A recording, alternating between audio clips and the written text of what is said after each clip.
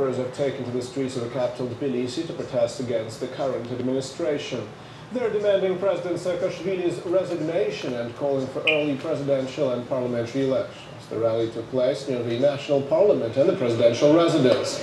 It commemorates last year's demonstrations, which were violently broken up by police. The participants are also demanding an independent investigation into the South Ossetian conflict, freedom of speech, and reopening of a non-government television channel.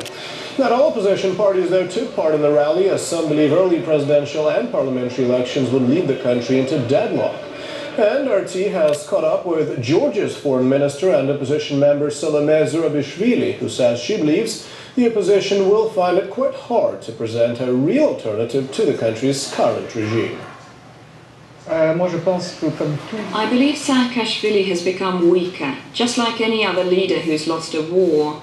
And I think right now Saakashvili's greatest strength lies in the disorganized opposition.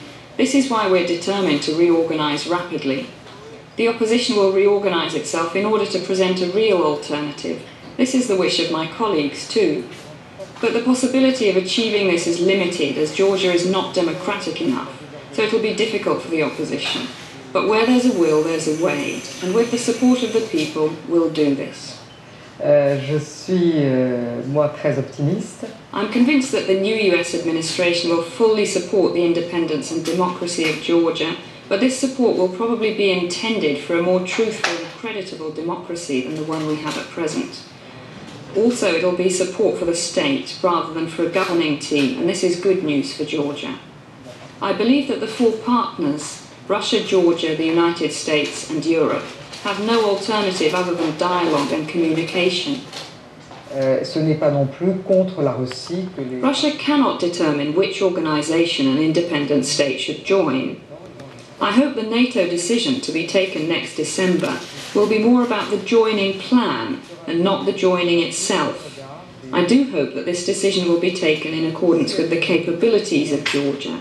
If Georgia qualifies, then the decision must be taken, and if not, then it's better to delay this decision. He is cool, charismatic, and sexy. Barack Obama can boast he has both beauty and brains, but which of the two actually propelled him to the White House? It's usually assumed people vote for policies, not looks, but some American voters have not been shy about admitting Obama's attractiveness is an important factor in him winning the race. RT's Dina Gosowski reports now on that. You tell the truth unlike the right. Sex sells, and apparently it gets you into the White House. Sure, the economy, the war, and the environment were on people's minds when they went to cast their ballots, but what was that final deciding factor? Was it peer pressure? Were people supporting Barack Obama because it was the sexy thing to do? My decision to vote for Obama has increased my sex appeal by a whole lot. Vote Obama because taking responsibility for our country's future is damn sexy. Now, we already know what women think of the president-elect. But what do the gentlemen think of his sex appeal? I would say he's about a 9.5. The other 5%, the other 0.05 is his lack of taste in ties. 3? 3? Really? Just a 3? Well, I am a guy. I guess he'd be about an 8. A 7. What about the rest of the points? 3 points. I mean, I'm being a guy, so I don't know. I mean, I'm not going to give a guy a 10. I'd say a 9. I'd say 1, because I never thought about his sex appeal at all, ever. Yeah, he has. This is one admitted on camera. But Barack Obama isn't the only political stud. Remember these guys? If you were voting for president just based on looks, JFK, Bill Clinton, Barack Obama, who is the sexiest? JFK, most definitely. I guess JFK because he's got the staying power. I'm going to have to go with my friends on this one, honestly. JFK for the win. And while John McCain was grilled on foreign policy and the economy, Barack Obama's sexiness was even a topic of discussion on popular TV shows. Maybe we shouldn't say this, but we say it? But we thought you were very sexy looking. Oh,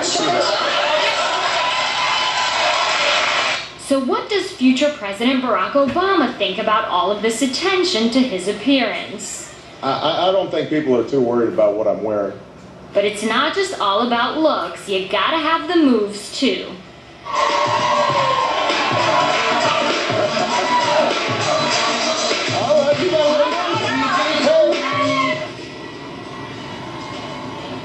Barack Obama may be as hot as global warming right now, but will his looks and dance moves be enough to keep the heat on for the next 4 years? Dina Gosofsky, RT, Washington, D.C. And we're coming up to 10 minutes